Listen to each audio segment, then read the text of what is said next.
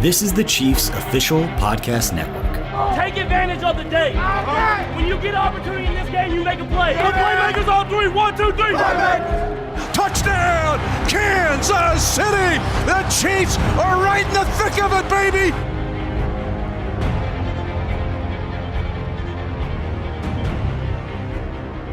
It's the for real edition of Defending the Kingdom. Mitch Holthus with you, along with 10-year National Football League veteran Shawn Barber.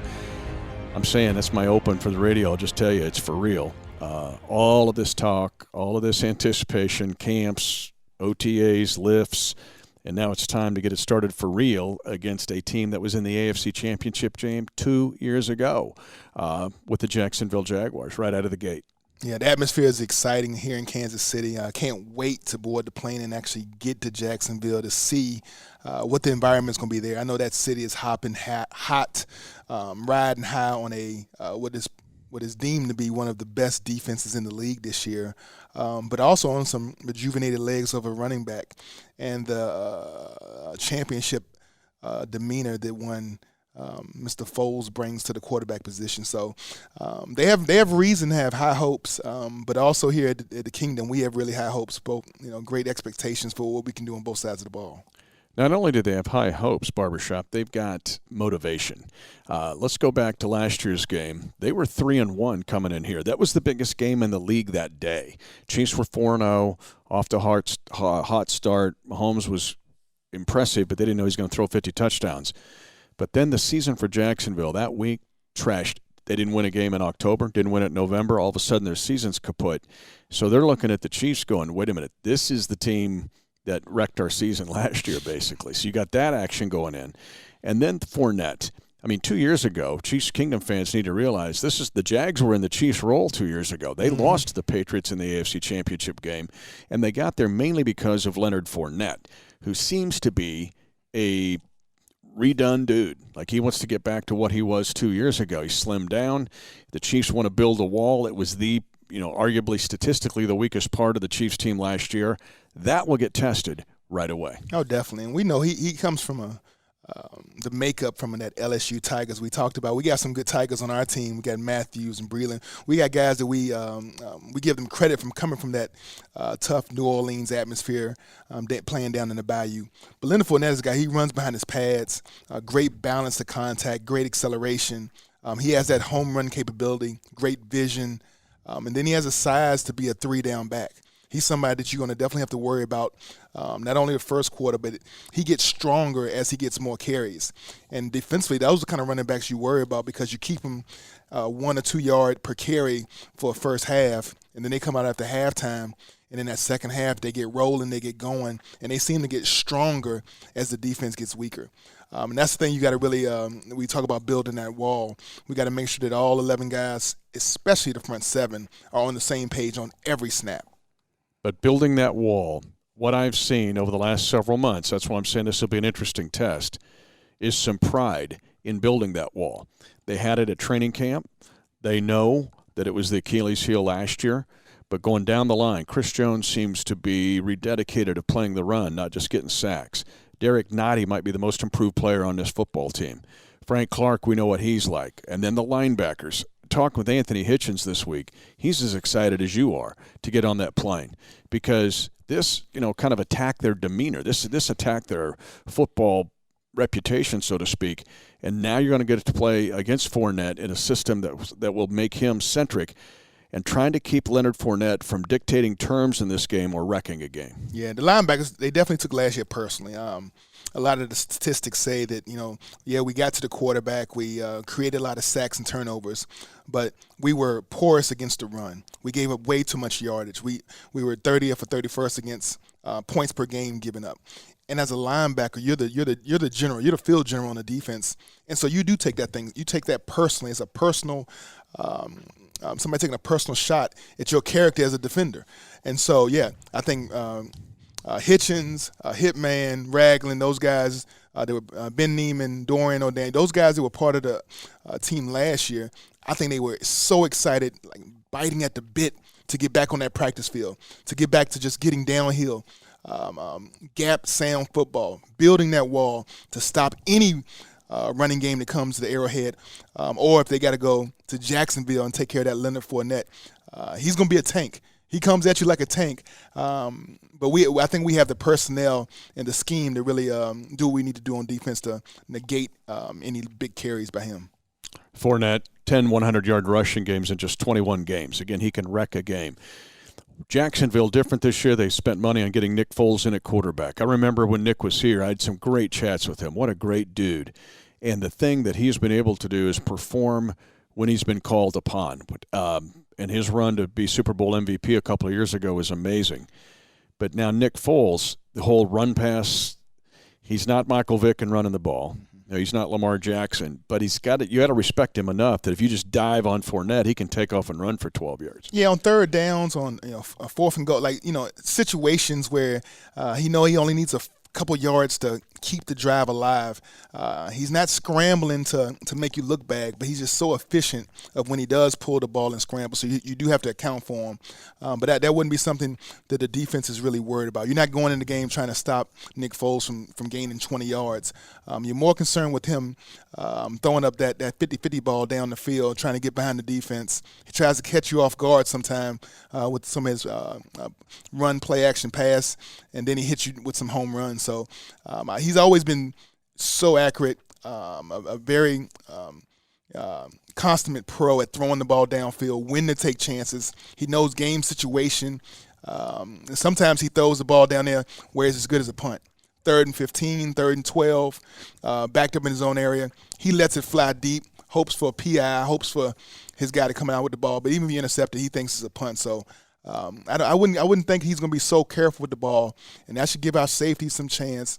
Honey Badger, my man Juan, and Sorensen to have a chance to really pick off, maybe hang back there and ball hawk the ball, if not late in the first half, but sometime in the second half. Yeah, I think that's a big difference with this Chiefs defense is the fact that you got some ball hawks back there now. Jordan Lucas had the big play a year ago against these guys. He had a 49-yard interception return when he intercepted Bortles.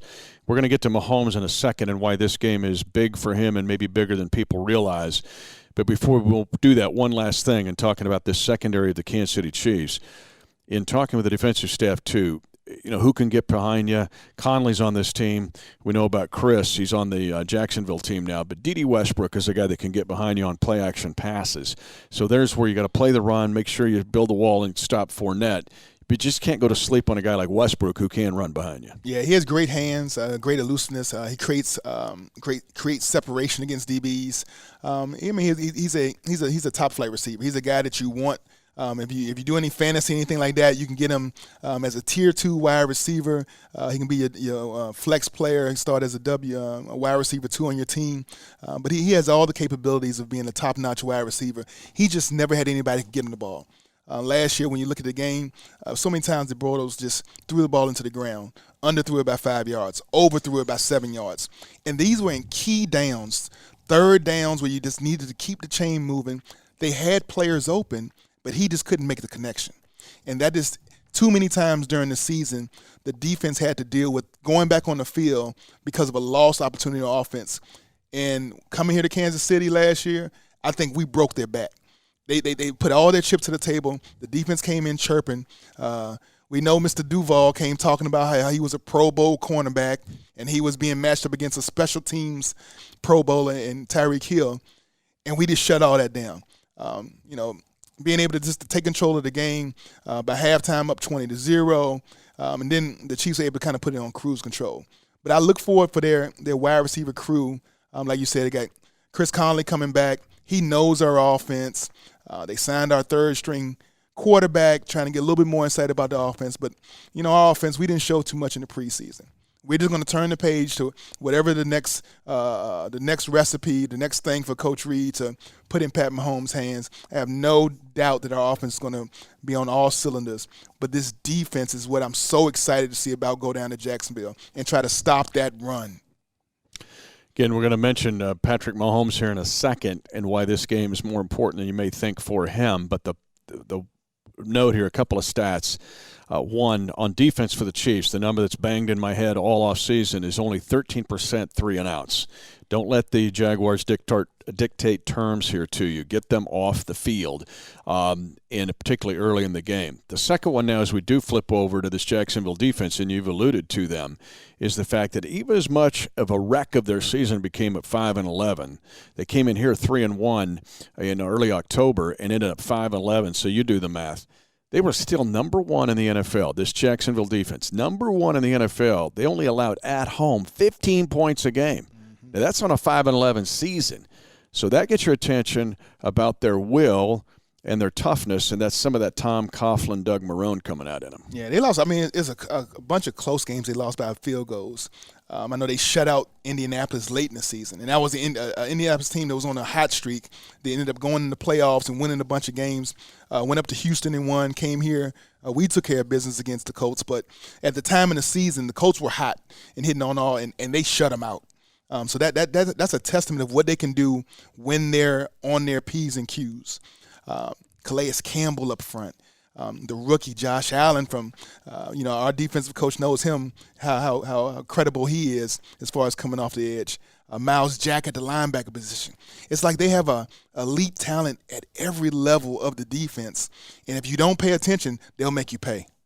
Yeah, here's the other number. This is why it's a big game for, if you look at defensively, trying to not have Fournette dictate terms to you. Then flipping over the other side of the ball is for Patrick Mahomes. Last year in the game against Jacksonville, Chiefs win 30-14. He did not have a touchdown pass. The only game he did not have a touchdown pass in a 50-touchdown pass season. But he had to be patient because they want to pressure you up front with all the studs that you've mentioned, but then they won't try to let you get behind them. And so sometimes you have to throw the ball underneath. So Kelsey last year, 5 catches, 100 yards, and 40-yard gain and one. But Mahomes to be challenged, because he's even said his next step. Go back to podcast number 2 that we had on Defending the Kingdom if you want to archive it and listen what's the next step for Mahomes. This game, to me, is a perfect example that's a next step for Patrick Mahomes in handling this defense and situations on the road. Being able to showcase how mature he has become in a short period of time. You hear the term wise before your years, or you see a young kid that's speaking like a grown man. I mean, Pat Mahomes is doing all the right things, off the field, on the field. His progressions, everything is going right. Can he be patient? That was the discussion going into game 4 of the season last year after such a great start. If you take the home run away, all his home run weapons, can he continually check the ball down? Throw the crossing routes, throw it into the open areas. Defensively, they don't want to get beat. Their cornerbacks have so much pride. They take away all the deep ball stuff and make you catch it underneath so they can try to strip, create a fumble or something like that. They want you to catch it so they have opportunity to hit you. And then up front, they come after you. They want you to not be able to deliver the ball out the pocket, to move outside the pocket, trying to throw and run, which we know Pat Mahomes is excellent. He's elite at throwing the ball outside of the pocket. So that kind of plays into our hands. But can you be patient enough to not just rush your progression, rush your read, and try to take a big shot when it ain't there? Pat Mahomes is going to have to be put to the test. Yeah, this reminds me of that Seattle game I alluded to. Go back to podcast number 2, and we talked about it in the summer. But you got some full-grown men up front here with this Jacksonville defense. Yannick Ngakoue might be the most underrated dude in the league. I mean, he's for real. You mentioned Marcel Darius. He's been a wrecking crew for years. Calais Campbell might be going to the Hall of Fame. Avery Jones, good. Miles Jack in the middle, and then Jalen Ramsey and A.J. Boye. Some think is the best duo of corners in the entire National Football League. But there are ways to attack this defense. We're not going to give away government secrets here on a podcast, but there are ways to attack it. But to your point, and the point we're trying to make here, sometimes to attack is also to be patient. What you don't want in this game is exactly what the Chiefs want on the other side of the ball, and that's 3 and outs. Because that's what happened early in Seattle, and now you're pedaling a bicycle uphill all day. Yeah, you can't let this team get on the road. Defensively, you got to take the air out of the stadium. They're going to be on an emotional high. It's a chance to get some redemption, some payback against a team that ended their season last year. Nothing better they would like to do than 3 and out this all-powered, high-powered offense that we have here in Chiefs Kingdom.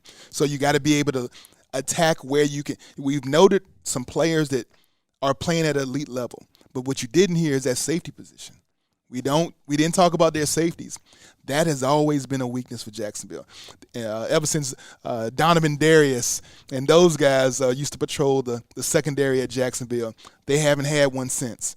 And so when you talk about the importance of a Travis Kelce or Demetrius Robinson, our slot receiver, a running back coming out the backfield, anybody who gets matched up against a safety in their blitz and man game, those would be the areas that you got to focus on and attack. And when you have a chance, you have to make them pay. Yeah, Jacksonville's run like 100 safeties through there and trying to find it to go at these corners. And you're right about D-Rob. He could be a factor here. Even a Blake Bell might come into play. But this offense, we're so excited about the Chiefs' offense and the pieces that they've added. But we have not had a podcast since the Chiefs signed Shady McCoy. Now, I got fired up, Barbershop, when the Chiefs got Shady McCoy. I went crazy. To me, it's like the cool dude across the street that has all the great power tools in his garage, and he just went and bought another really cool power tool. That's what it reminds me of. Because to me, Shady, LeSean McCoy, is the perfect piece to add to the rest of this because of Shady's game. Yeah, I mean, his history with the team, he already knows the offense, so it's not like he's starting from day one trying to learn a brand new offense. It's an offense he's always familiar with. It always has worked to his skill set, one cut, extremely elusive, great elite vision, a guy who has great hands. He's just another version of what we already have. And you can't have too many horses in the stable when it comes to the NFL. It's a long season. The more you can keep your top performing running backs performing at that high level, the better you are on offense. So Shady McCoy brings a sense of veteran leadership, experience. He knows how to get it done at a high level. And I think pairing him back up with Coach Andy Reid might be just the motivation he needs to relight that fire, to relight that emotional, that passion that you haven't seen from Shady in a while. And then speaking of his relationship with Brett Veach was the guy that standed on the table and pounded when we was in Philadelphia to get Shady out of University of Pitt. He's the guy who did all the film work, who realized how special a running back this guy really was. And so be able to finish your career playing for your coach, your GM, the scout that scouted you. When all those moons come into a line, it's nothing he would rather do than bring a championship to Andy and to Kansas City. And playing this game for 10 years, I talked to Shady about it earlier this week, a chance to win. Yeah. He has never really had a chance to win. Early on with Coach Reid, those 9, 10, 11 right in there. But then he had to deal with Coach Reid getting fired in Philly, and then it just was rough. But he was still a soldier through all that. But now he knows he's got a real shot at trying to win. We're going to close out this podcast of Defending the Kingdom as we get ready for week number 1 against Jacksonville on special teams. And I don't want to overlook it, because one thing that's impressive in my study of Jacksonville this week was, even though their season went to a wreck, they did not lose their pride, and they did not lose their special teams performance, in coverage in particular. These guys cover punts and they cover kicks. And again, going back to Fournette trying to control the game or wreck the game, they want to command field position. The Chiefs have a challenge, and the Chiefs coaching staff knows it in trying to win special teams against the Jaguars. We got to be so on our game as far as punt protection and then covering. The one thing you know about special teams, what's the one position you see laced throughout special teams? It's that linebacker position, coverage safeties, guys that look like safeties but hit like linebackers. Jacksonville is full of them. They have 8 guys that all run sub 4.5s and just they are tremendous at their coverage skills and how they can go from sideline to sideline. Those are assets in the special team area, especially when you talk about coverage. One of our main threats in special teams is Tyreek Hill, Miko Harmon, Thompson, the guys we have that can go to the house. It's going to be a challenge to get a hat on a hat, stay with your coverage, stay on your leverage, be able to block these guys and finish off your blocks upfield. It's only going to take one block. When guys are that fast, sometimes they have a tendency to overrun stuff. Yep. So be on the lookout for a little bit of a razzle-dazzle, some kind of misdirection. And when we have an opportunity to make them pay, we got to take it to the house. And do it without getting a penalty. because penalties in the open, we see it in special teams now, particularly early in the season. They look for those, block in the back, whatever. The officials are aware. They're not worn down either. They're like up and looking for it. So don't have the special teams penalties, which can wreck field position. And the other note, don't get mad at me, Chiefs Kingdom, for bringing this up, but Dustin Colquitt has gone 418 punts without a block. His last punt block was at Jacksonville in 2013 to open that season. It was the only 2 points the Jags got. It was Andy Reid's first game. But this is a better Jacksonville team that the Chiefs will face. But it just goes to show you that Jacksonville, they pay attention to special teams like the Chiefs do. And I know the Chiefs, when you look at, we talked to Rod Smith and Dave Tobe, they're up for the challenge, but they have to be. You have got to be on it in all four core phases of the special teams, or you could get upset. Yeah, Coach Tobe has always been great on being a man of his word, a man of his passion and patience about preparing his guys on his phase to be ready to play in any conditions. We never know what the conditions are going to be going down to Jacksonville, but our special teams will be ready. Buck kicker with field goals, be ready to kick almost a 60-yarder if he needs to. The coverage teams, the return teams, be ready for any kind of fakes. Just be prepared. It's week one. You never know what to expect. Everybody's going to be a little bit close to the vest. But when you have an opportunity we call turn the field, when you have a 3-and-out and you have an opportunity to get the ball back near the 40-yard line, we didn't have that much last year with our offense. And that's why it was called upon Pat to be a 5,000-yard passer, because we had to go 70, 80, sometimes 90 yards in order to get in the red zone. But when you have an opportunity to take advantage of a short punt or to be able to put pressure on a guy and make him punt it out of bounds to kick away from our dual threat return guys, we got to be ready to take advantage of it. And like you said, in week one, penalties. You got to avoid penalties. And sometimes when you play a team as fast as Jacksonville, it makes you a little bit handsy. It makes you want to grab guys because you don't want to lose them. You don't want your guy to make the tackle, and you give him one little extra pull. Tobe is going to be so hard on his guys to finish with the right leverage, with the right shoulder. You just got to be so mentally focused going into the game to finish your drill on every play of the special teams phase. Yeah, and everybody wears down. That's what I was alluding to earlier. The officials, they're all fired up this week, right? They're fresh. They ain't going to be like they are in November. Yeah. So they might overcall something. And so they get maybe a little bit of nitpicky, particularly early in the season. So here we go, man. This podcast is for real. That's what we're going to call it, because that's the way the broadcast, I'm going to start it there too. Barbershop, it's for real now. So let's go to Jacksonville. Ready for it, baby. Let's go. Defending the kingdom.